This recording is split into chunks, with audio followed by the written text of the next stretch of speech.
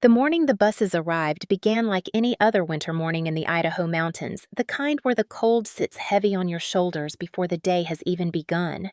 I was crouched beside the woodpile behind my old cabin stacking firewood, the way I had done for years, trying to keep the stove alive through another brutal night. The air was sharp and metallic, biting at my fingers even through my gloves, and the only sound was the rhythm of my breath fogging into the pale winter light. I remember straightening up to ease the stiffness in my back when a low rumble rolled across the valley so out of place in the usual stillness that I froze mid-movement. It wasn't thunder. It wasn't any tractor or pickup I recognized either. The sound grew louder, heavier, like a warning rolling in from a different world. I squinted toward the narrow dirt road leading to my property, and that was when the first black tour bus appeared massive and gleaming against the white snow. Then another. And behind them, an SUV, the color of storm clouds, followed closely, engines roaring as if they had no business traveling down a forgotten mountain road like mine. Before I could make sense of it, I spotted my neighbor's curtains twitching across the field. Folks out here mind their own business unless something unusual happens, and this was unusual enough to make the entire ridge hold its breath. My heart began to pound, not from exertion, but from the cold rush of fear that churned in my stomach. Nothing good ever arrived in vehicles that expensive, not out here. People didn't come this far into the mountains unless they were lost desperate or carrying trouble in the back seat. The SUV stopped first. A tall man stepped out wearing a black leather jacket and boots that crunched loudly in the snow. 3 bodyguards followed him, spreading out like they expected danger behind every pine tree. For a moment, I wondered if they were federal agents coming to discuss some tax issue or to tell me I was losing the property. The thought struck so hard, I instinctively wiped my palms against my coat. The first man approached with careful steps, posture-controlled gaze steady enough to make me feel small in my own yard. "Ma'am, are you Evelyn Hart?" he called out. I swallowed hard, my throat suddenly dry. "Yes," I managed. "Did something happen?" Instead of answering, he reached inside his jacket. For a heartbeat, I stiffened in fear. But he simply pulled out an envelope old and frayed, the paper softened by time and travel. He held it like something fragile, then extended it toward me. My fingers trembled as I took it. Across the front, written in handwriting I had not seen for more than 20 years, were the words, "For Evelyn when they find her." My breath caught so sharply I almost dropped the scarf I had been holding. Before I could ask anything, movement from the buses drew my attention. 3 men stepped down from the first bus, not dressed like rock stars or celebrities, but in worn jackets, knit beanies, denim faded by use, not fashion. Their faces were older, lined by time, but the way they moved together triggered something deep in my memory, like a half-forgotten melody rising to the surface. The tallest of the 3 removed his beanie, revealing streaks of silver in his dark hair. His eyes locked onto mine with an intensity that sent a shiver through me, not of cold, but of recognition fighting its way up from a place I had buried long ago. He stepped closer, snow crunching softly beneath his boots. He studied me for a moment, and the world narrowed to the space between us. Then he spoke, voice low but sure. "We've been searching for you for 23 years. My breath faltered. The ground felt unsteady beneath my feet. I clutched the railing beside me, gripping it so tightly my knuckles whitened. I managed to whisper, "Why?" But before the word fully left my mouth, he took one more step forward, his voice turning gentle, almost reverent. "You saved our lives once," he said. "Now we're here to repay you." The envelope in my hand suddenly felt heavier than any weight I had carried in years. The cold wind swept across the yard, but I barely felt it. In that moment, I knew my quiet life was about to unravel in ways I could never have imagined. I led them inside because the cold was beginning to sting my cheeks, but the truth was, I needed a moment to steady myself. The cabin wasn't much, only 3 small rooms and a kitchen that still smelled faintly of pine cleaner from the night before.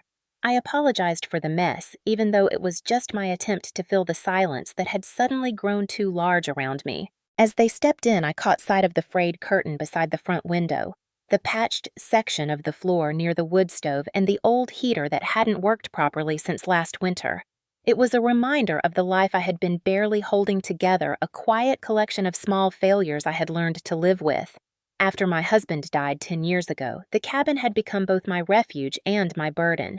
He had built half of it himself back when our hands were steadier and our hopes felt bigger than the mountains around us. Losing him emptied the house in a way I couldn't fill, and no matter how many times I tried to repaint the walls or rearrange the furniture, the echo of his absence always found its way back in. I worked part-time at the general store in town, mostly stocking shelves and running the register on slow afternoons. The pay wasn't much, but it was enough for groceries, electricity, and firewood, if I budgeted with the precision of a surgeon. Still, the notices had been piling up. I kept them tucked in the drawer under the phone to avoid seeing them every day, but they whispered to me whenever I walked past.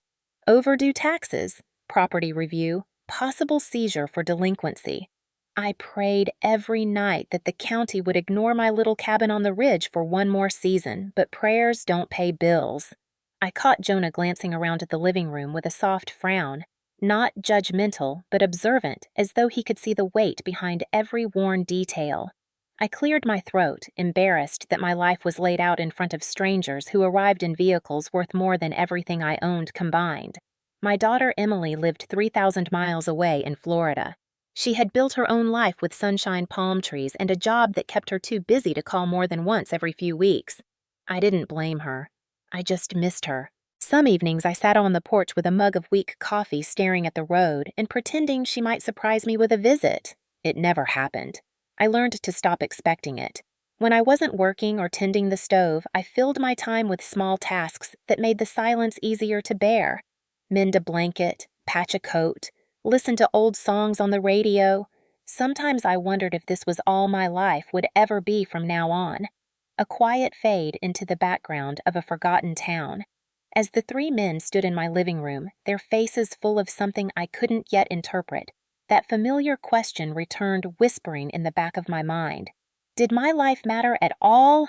I had asked myself that for years, always answering with the resigned patience of someone who no longer expected her story to surprise her. But the moment I saw the envelope on my table, the one addressed to me in handwriting I hadn't seen since 1999, I felt a tremor deep in my chest. Something was shifting. Something long buried was waking up. Jonah stood near the edge of my worn rug, shifting his weight like a man preparing himself to deliver news that might shake the ground beneath us both. The other two stayed close behind him, their faces serious yet gentle, as if they were afraid a sudden movement might send me collapsing into the nearest chair. I gestured toward the table, the same table where I had eaten alone for so many years, and we all sat. The envelope lay between us like a quiet pulse waiting.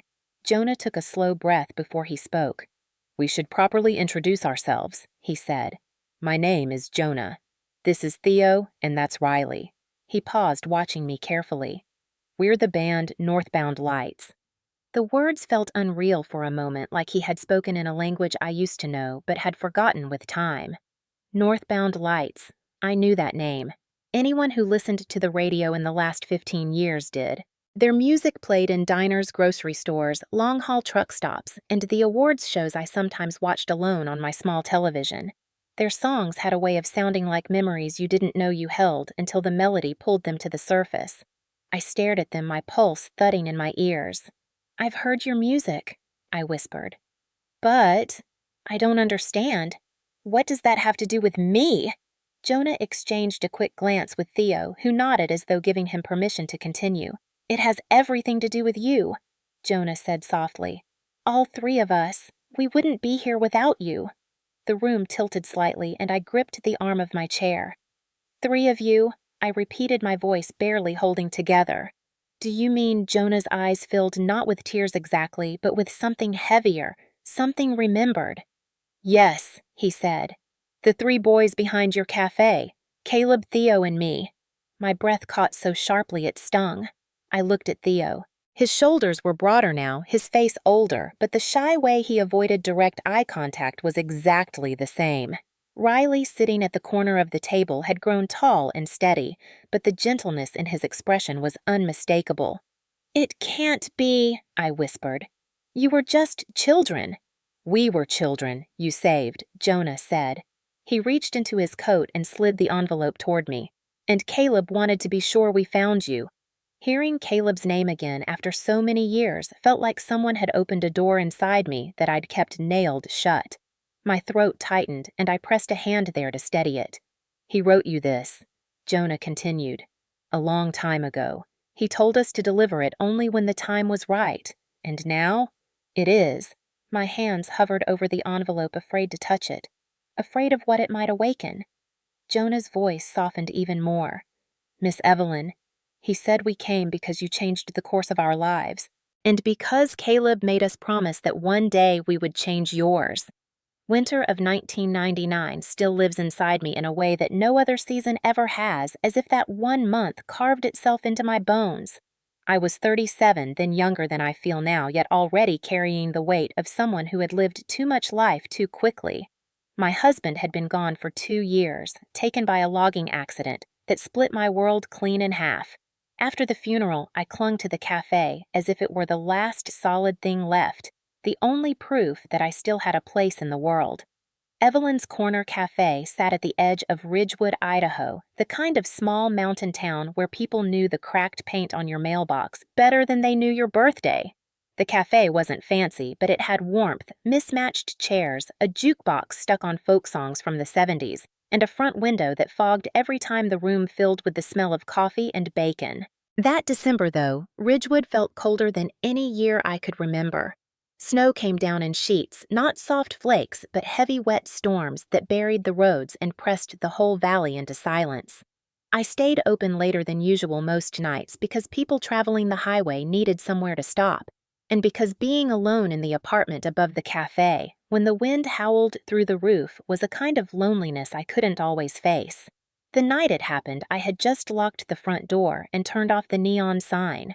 I was wiping down the counter when I heard a muffled sound from the alley behind the kitchen. At first, I thought it might be a raccoon tipping over the trash bins again, but something about the rhythm of the noise made me pause. It wasn't the clatter of cans or the scramble of claws on metal. It sounded like someone breathing through pain. I hesitated with my hand on the light switch. It was nearly midnight and a blizzard was blowing so fiercely that the wind made the back door rattle in its hinges. But the noise came again, soft and strained, and instinct pulled me toward it. When I pushed open the back door, the cold hit me like a wall. Snowflakes swirled under the alley light, and there, huddled behind the dumpster, were 3 boys. They were soaked through, shivering violently, their faces pale with a kind of exhaustion that went deeper than the storm. The oldest looked maybe 14. The other 2 were younger, one 13, the smallest around 12. Their clothes were thin, the kind of layers children wear when they aren't used to real winters. The oldest held the younger to close, his arms wrapped around them protectively, even though he was shaking harder than either of them. When he saw me, he tried to stand between me and the boys, chin raised in defiance, but he swayed on his feet. "Please," he said, voice hoarse. "We're not causing trouble. We just needed somewhere out of the wind." My heart clenched. There was fear in his eyes, but it wasn't the fear of being caught misbehaving. It was the fear of someone who had learned that adults usually meant danger. I stepped forward slowly, hands visible. "You'll freeze out here," I said. "Come inside." Just for a moment. The youngest, the one with the soft features and dark curls, clutched the sleeve of the 13-year-old like he was afraid to be separated. The middle boy looked from me to the older one, waiting for some silent signal. The oldest hesitated, studying me the way stray animals study an outstretched hand. Finally, he nodded once. Inside the cafe, the heat from the kitchen wrapped around us. I guided them toward the back booth closest to the stoves and started a pot of soup without asking questions. They sat together, shoulders touching bodies still shaking from the cold. Steam curled from the pot as I stirred, and I glanced over to check on them. The oldest had placed his hands on the table, trying to hide how badly they trembled. Their names would come later. For now, all I saw were 3 children with nowhere to go. I ladled soup into bowls and set them down gently. They ate like they hadn't had a warm meal in days. Maybe they hadn't. When the oldest lifted his spoon, his lips were nearly blue. I grabbed a red wool scarf from the coat rack, one I kept in the cafe as a spare. Without thinking twice, I draped it over his shoulders. He startled eyes wide as if the gesture confused him more than the storm outside. Why, he whispered. His voice cracked on the word. I didn't know why. Or maybe I did. Maybe it was the look in his eyes, something stubborn and hurting and far too old for a boy his age. Maybe it was because I had lost someone I loved and the world had felt colder ever since. Or maybe it was simply that no child should ever be that close to freezing to death behind a diner. Because it's cold, I said. Because you're safe here. And because someone should help. The words surprised even me. He swallowed hard and pulled the scarf tighter around himself. My name is Caleb, he said quietly. These are Theo and Riley. The younger two glanced up at me with shy gratitude. I nodded to each of them. That was the night everything shifted. That was the night the world opened a door I didn't know was still possible. The first night I let them stay in the cafe, I told myself it was only because of the blizzard. One night, just until the storm passed. But dawn came harsh and gray. Then the next day brought even colder winds, and before I could fully understand what I was doing, I found myself clearing a small corner in the storage room behind the kitchen. I laid out folded blankets on a stack of flour sacks, set aside a box to hold their belongings, and brought in a space heater so old I prayed every time I plugged it in. The moment Caleb, Theo, and Riley saw the small setup, they looked at me with disbelief so raw it made my throat tighten. It wasn't much. It was barely anything at all. But to them, it was sanctuary. I returned to the kitchen pretending to busy myself with the morning prep. I heard them whispering among themselves that day, their voices soft as if they feared the room might vanish if they spoke too loudly.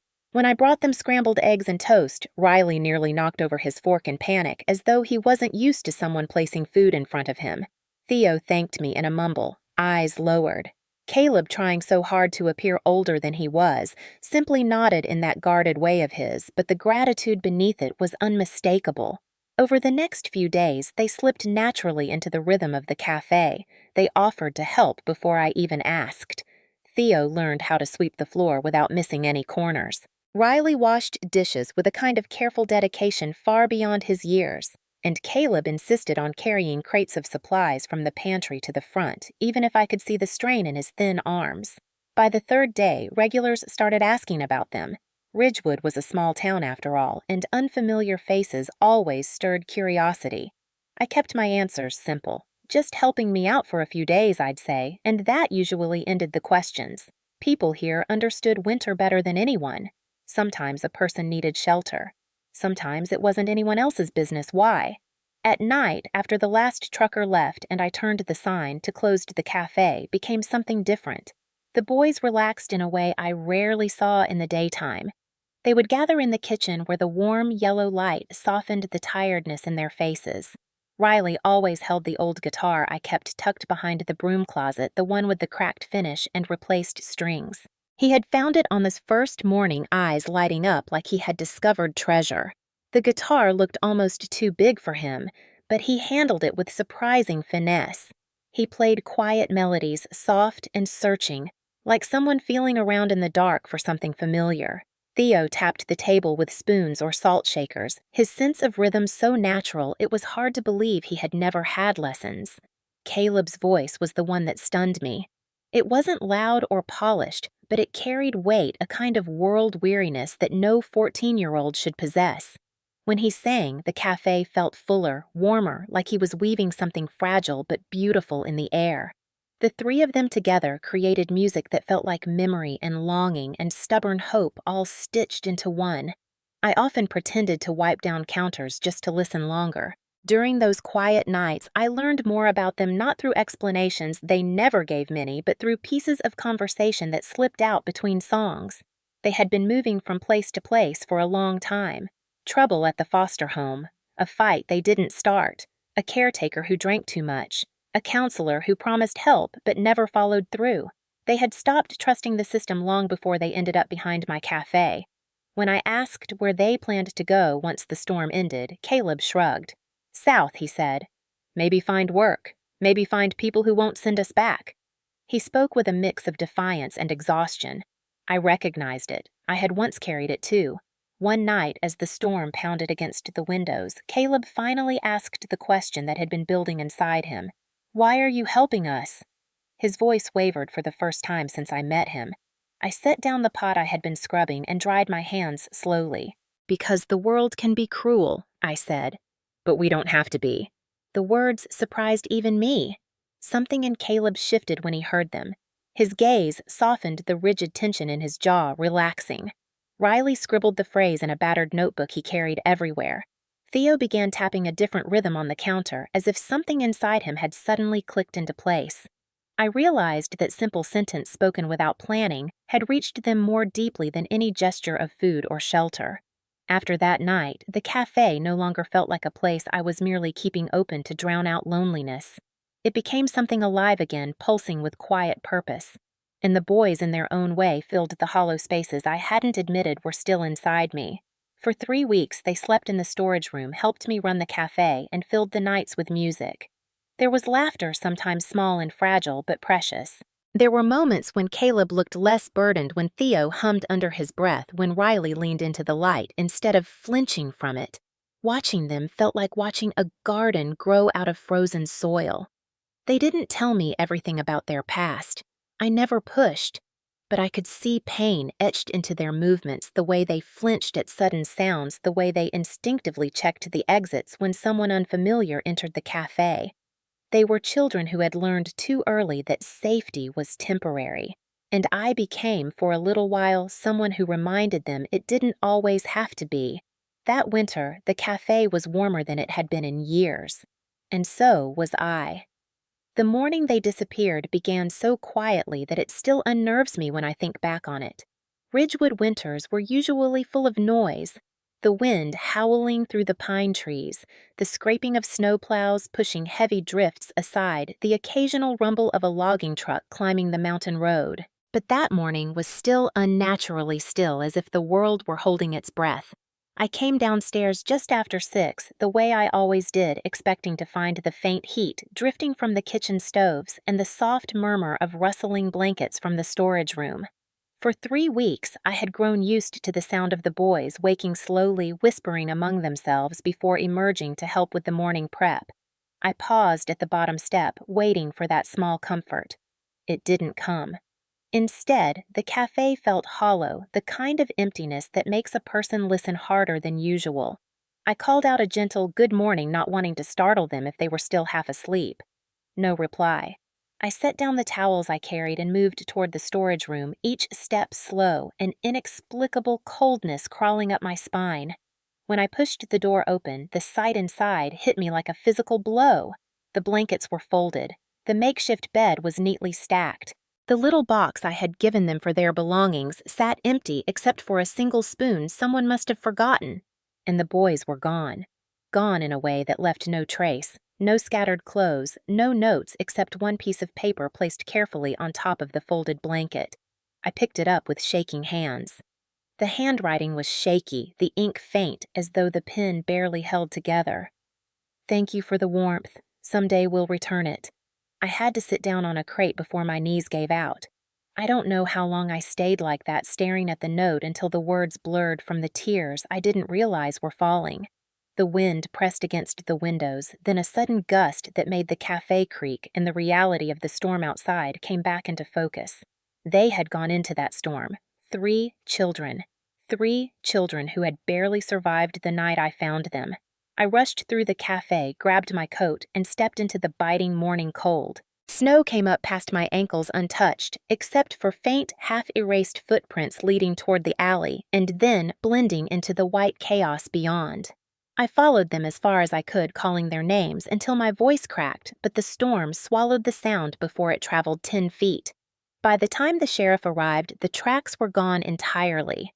He listened with the weary patience of a man who had heard too many stories like mine. "Kids on the run move quick," he said. "They don't want to be found. And in weather like this, they'd stick to the tree lines." He meant to reassure me, but the uncertainty only hollowed me further.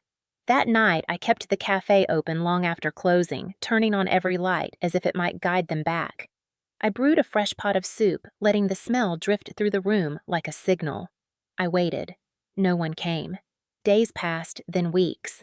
Spring thawed the snow, but nothing thawed the ache in me. Ridgewood kept moving, as towns do, but there was a quiet space in the rhythm of my days where Caleb, Theo, and Riley had once existed. I kept their note in my apron pocket for months before finally placing it in the drawer beside the cash register where I could look at it whenever the emptiness pressed too hard. I told myself they were alive, that they were together, that they were warm. It was a hope I carried silently, even as the cafe slowly emptied of the music and laughter that had briefly made it feel like home again. It was nearly a year after the boys vanished when I first heard their music again, though at the time I didn't know it was them. I was wiping down the counter after the breakfast rush, letting the familiar clatter of dishes and quiet hum of conversation wrap around me the way it always did. The radio on the shelf above the pie display was tuned to the same regional station I played every day, mostly folk and soft rock, nothing too loud for the regulars. Then a song came on that made me freeze mid-wipe. The guitar started first, just a few simple chords, but there was a tenderness in the way they were played that pulled a memory from the deepest corner of my mind. Then a voice joined in raw and unpolished, but carrying a depth of feeling I had heard only once before in the quiet hours of my cafe kitchen when three boys thought no one was listening. I turned slowly toward the radio as the chorus came. The lyrics weren't identical, but the meaning was the same. It was hope threaded through sorrow, warmth wrapped around loneliness. The kind of song you felt before you understood. My heart hammered so loudly I barely heard the DJ afterward announce that was Better Off Alive, the debut single from a new band calling themselves Northbound Lights. The broom slipped from my hand. I gripped the counter to steady myself as the truth washed over me in warm, aching waves. Caleb's voice had grown stronger, richer, but it was undeniably him. Theo's rhythm pulsed at the edges of the melody. Riley's guitar wove the whole thing together like thread stitching torn fabric. They were alive. They were together. And they were creating something beautiful. Over the following months, their music spread like wildfire. I heard them in grocery stores, gas stations, truck stops along the highway. Customers mentioned the new trio with admiration, praising the honesty in their lyrics, the haunting clarity of their harmonies. Ridgewood, always proud of anything that came close to brushing against fame, adopted them instantly. Posters went up in the general store. Teenagers bought bootleg t-shirts from a vendor who drove up from Boise. Folks argued during lunch breaks about which of the boys wrote which song. The irony cut deep. They didn't know the truth that sat quietly in my chest. They didn't know those three boys had once eaten soup at my counter, slept in my storage room, laughed softly in my kitchen as if they belonged nowhere else in the world. Every time I heard their name, a strange mix of pride and pain coiled in my stomach. I was proud of them. God, I was proud. But I also felt the sting of something like abandonment, though I hated myself for admitting it. They didn't owe me anything. I had helped them because it was right, not because I expected gratitude or recognition. And yet, late at night, when the cafe was dark and the apartment above felt too quiet, I wondered why they never came back. Why they never called. Why they never said goodbye properly. Maybe they thought I wouldn't want to see them. Maybe they were protecting themselves. Or maybe they believed I had moved on and forgotten them. They couldn't have been more wrong. One night, months after their album went gold, a televised awards show played in the bar across the street. I stood outside in the cold, watching through the fogged windows as Northbound Lights took the stage to perform. They walked out with quiet confidence, older now, polished by the world, but their eyes still carried the shadows of boys who once huddled behind my cafe. When Caleb stepped to the microphone, something in me cracked open.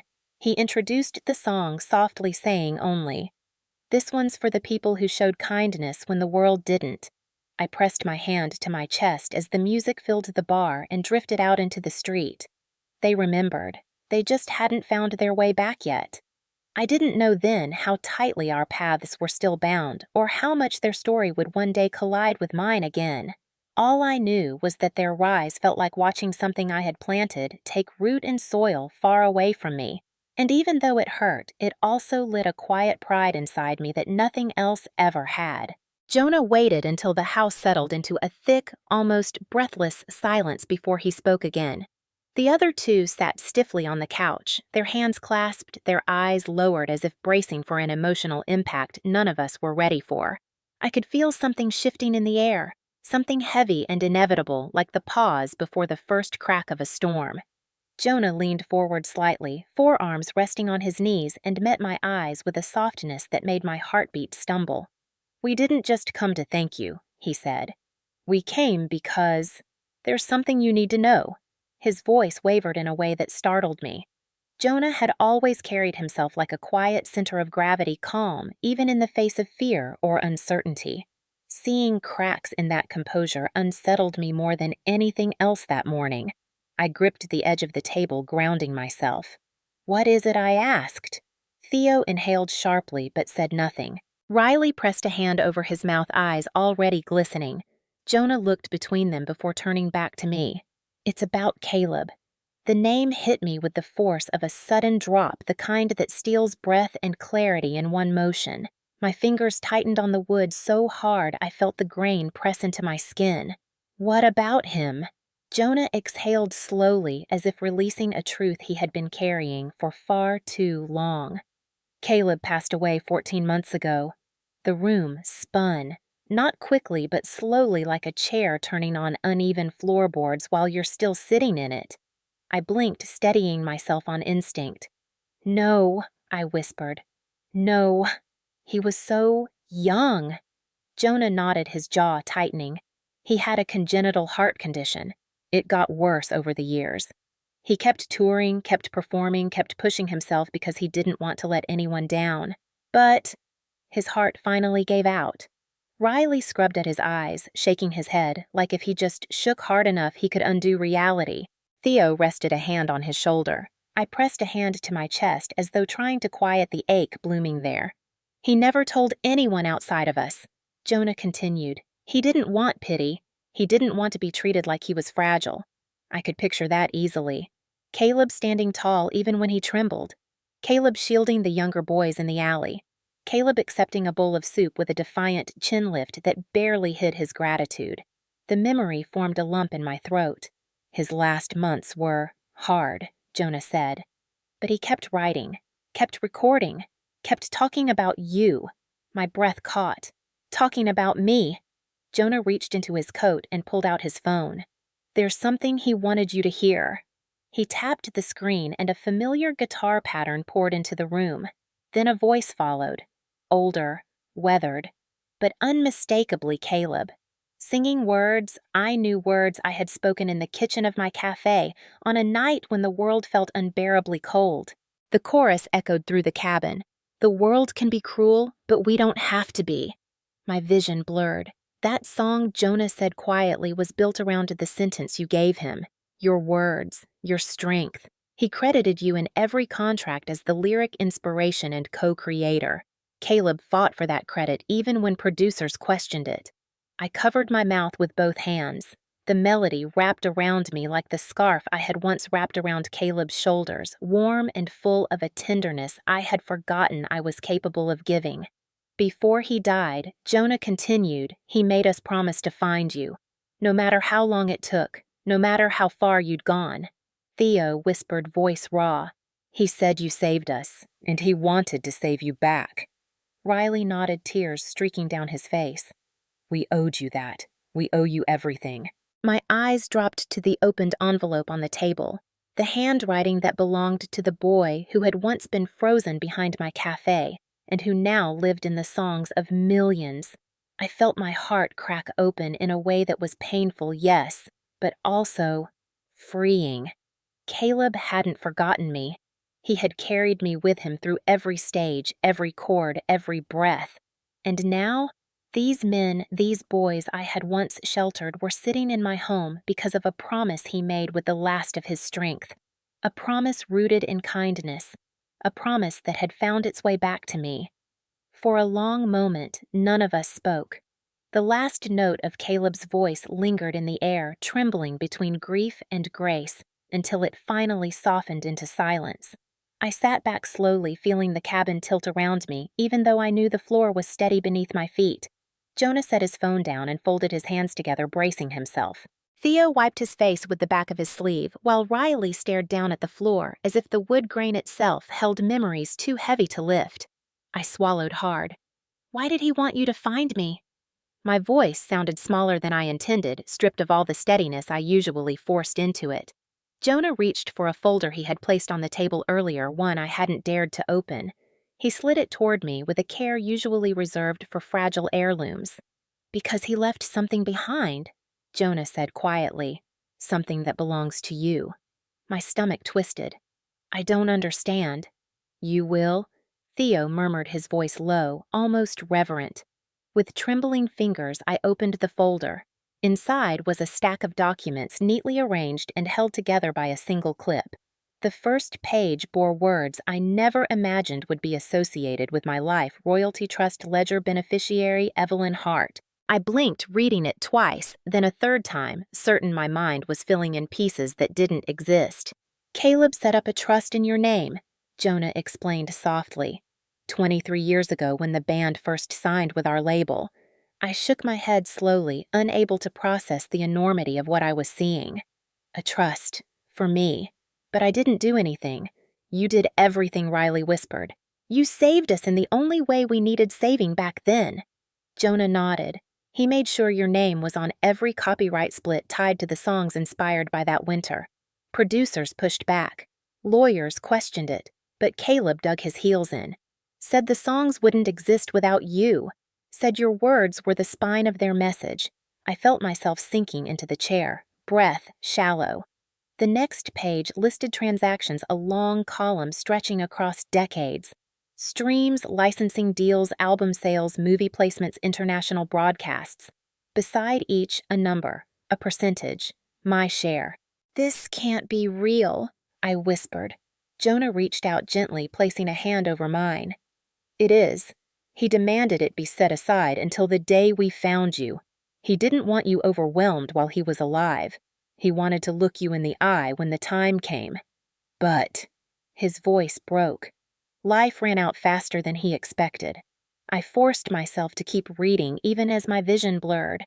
At the bottom of the ledger was the current total: $30,487,200. The number didn't look real. It looked like a typo, an impossible misprint.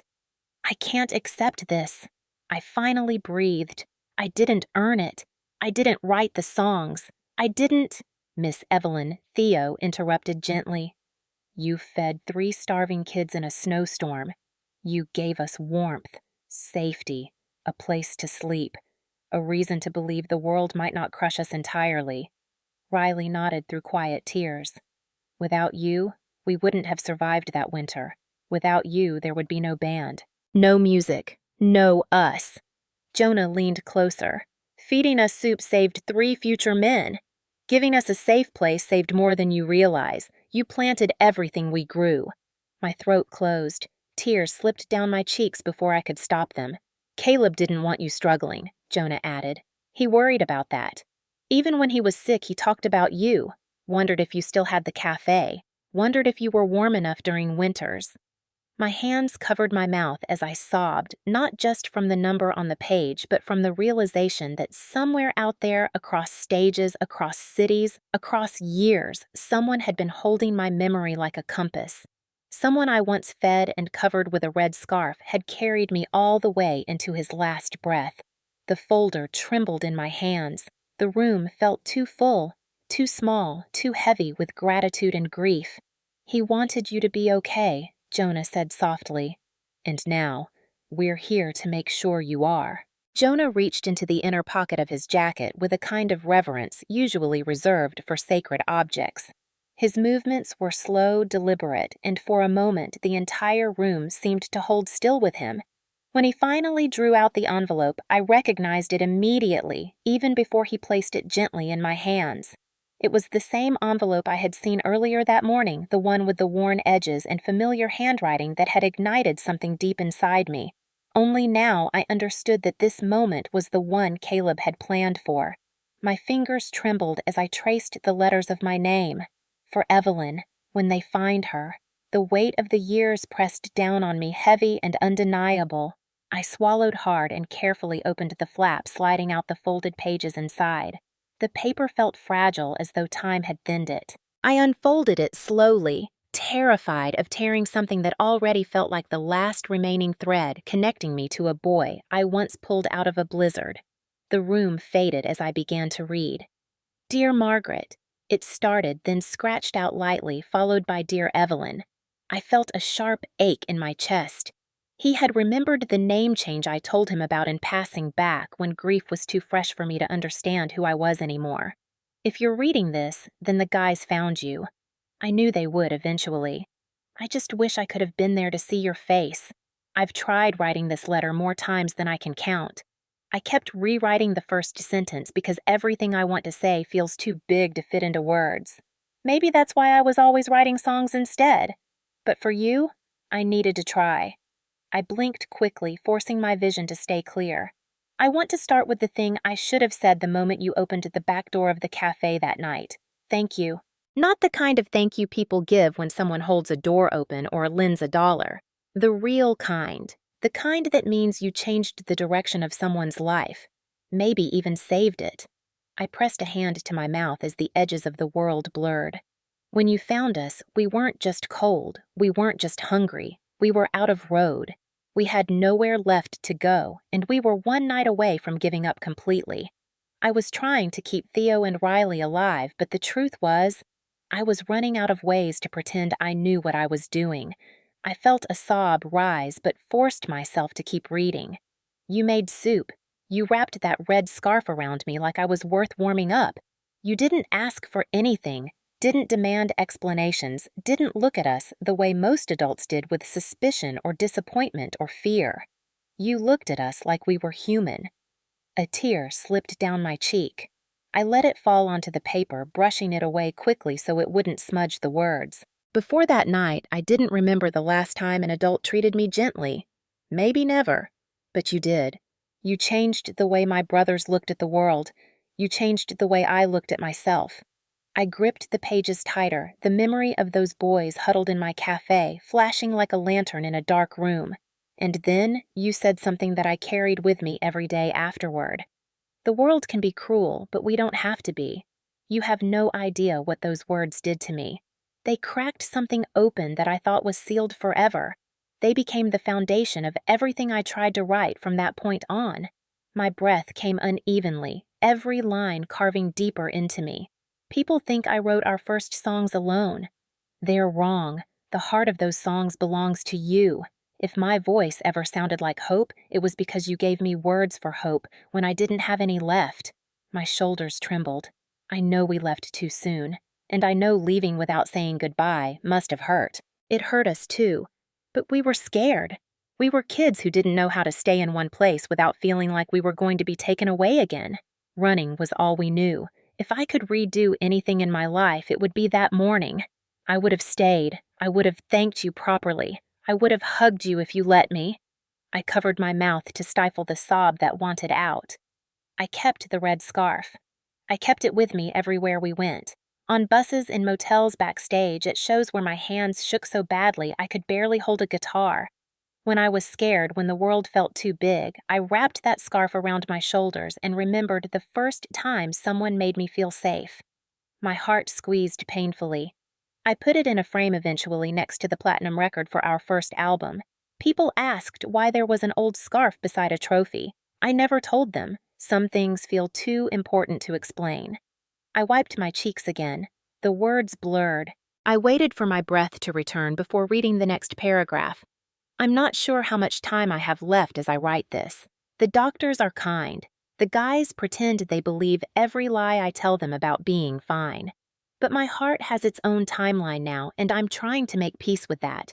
What helps is knowing I get to do one last good thing. I swallowed hard. That's why I set up the trust. Why I put your name beside mine on every copyright split I could. Not because you asked, not because you expected anything, but because you earned it. Those songs are as much yours as mine, more even. Tears rolled freely now. I didn't bother wiping them. Use the money however you want, for yourself, for whoever needs it, or burn it all if that's what makes you free. Just promise me something. Promise you won't think your life didn't matter. Promise you'll remember that 3 boys lived because of one night of kindness. and everything we became afterward came from what you gave us." My chest broke open. "Tell the guys I love them. Tell them they were the best brothers I could have asked for. Tell them I'm not afraid, because I'm going somewhere warm and I'm taking your kindness with me." The last line trembled on the page. "Thank you for saving us. Thank you for saving me." My hands fell to my lap, the letter resting against my knees, as if it were too sacred to hold any longer. I couldn't breathe, couldn't speak. I felt the boys, know the men watching me, their silence thick with grief and love, and the echoes of a brother they had lost. Jonah whispered, voice breaking. "He wrote that months before he passed. He wanted you to know everything." I pressed the letter to my chest, closing my eyes as the memory of a stormy night in 1999 rose around me like warm light. Caleb had come back after all, not in person, but in words, in music, in legacy, and in the unbroken thread of kindness that had carried us across 2 decades. I don't know how long I sat there with Caleb's letter pressed to my chest, the paper warming slowly against my skin as if carrying the last remnants of him. The cabin felt impossibly quiet, the kind of quiet that comes only after something inside you has been split open and rearranged. Jonah, Theo, and Riley didn't rush me. They stayed seated, heads bowed, giving me the kind of reverent space usually reserved for prayer. When I finally lifted my eyes, the weight of grief was still heavy, but something else had settled beneath it. Something steady, something like purpose. I laid the letter gently on the table, smoothing its creases the way you'd smooth the hair of a child after a nightmare. "He wanted me to do something with this," I whispered. Jonah nodded. "He did, but what you choose is yours." My gaze drifted toward the window, out to the snow-covered ridge that had held my life in quiet isolation for so many years. I thought of all the nights I had worried about taxes, about bills, about whether the cabin would make it through another winter. I thought of the times I stood behind the cafe counter, wondering if my life had made even the smallest difference to anyone.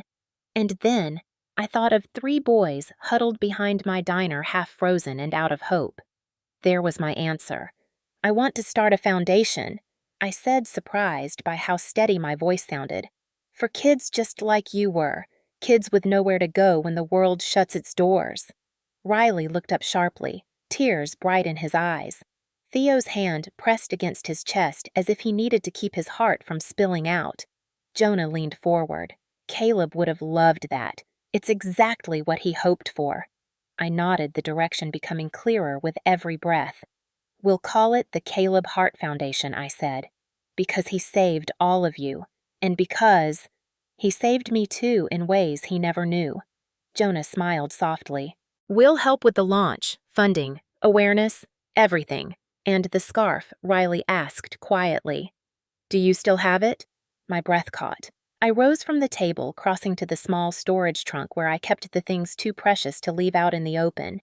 Inside, wrapped in old tissue paper, lay the faded red scarf. I lifted it gently, holding it between my hands. It still smelled faintly of winter and old wool, and a night long ago when the world could have turned crueler than it already had. "This goes on the wall of the foundation," I said. "It belongs there." Jonah nodded. It was his armor, his reminder, his anchor. With help from the band's management and a team of attorneys who guided me through paperwork thicker than a phone book, the foundation took shape faster than I imagined. Within 6 months, we organized a launch event in Los Angeles. I had never been to California, let alone set foot in a ballroom filled with cameras and industry executives, but when I walked onto the stage and saw Theo and Riley standing nearby, I felt strangely unafraid. I told the story. Not the polished version. The real one. The storm, the boys, the music that grew out of a moment of warmth. When I read a section from Caleb's letter aloud, I heard sniffles across the room. Then the lights dimmed and Jonah stepped forward with his guitar. "This is the first song we ever played together," he said, in the kitchen of a small cafe in Ridgewood, Idaho.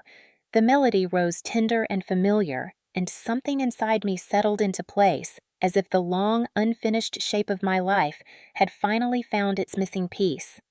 Afterward, I returned to Idaho, but not to the old cabin. The foundation helped me purchase a modest house closer to town. Something warm, something safe, something mine. The framed scarf went on the wall beside two identical photographs, the first platinum record Northbound Lights ever earned, and the replica of the original napkin where Riley had scribbled my words all those years ago. Every morning I touched the frame lightly before starting my day. Because this was the truth I had learned far too late, but exactly when I needed it most. Kindness doesn't disappear. It doesn't fade. It echoes. It circles back. It grows into songs and letters and lives saved long after the moment has passed. I thought life had forgotten me, I whispered one evening as the sun set behind the ridge.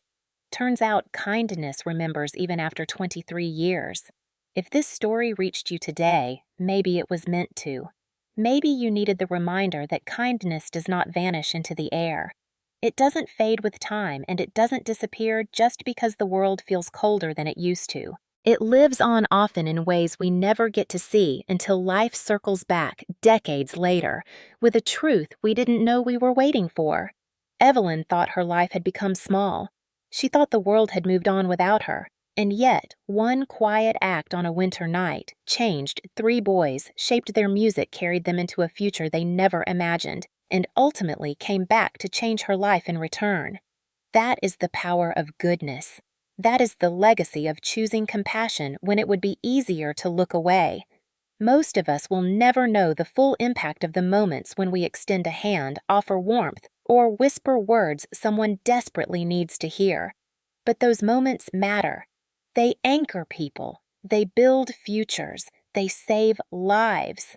If you ever doubted whether your presence makes a difference, let this be your answer. You matter. Your choices matter. Your kindness may already be living inside someone else's story, shaping their next step, their next song, their next chance. And if life has ever made you feel forgotten, let this story remind you, kindness remembers. Always. If this touched your heart, please like the video, share it with someone who needs hope today, and subscribe for more stories that honor quiet heroes and the extraordinary power of simple human goodness.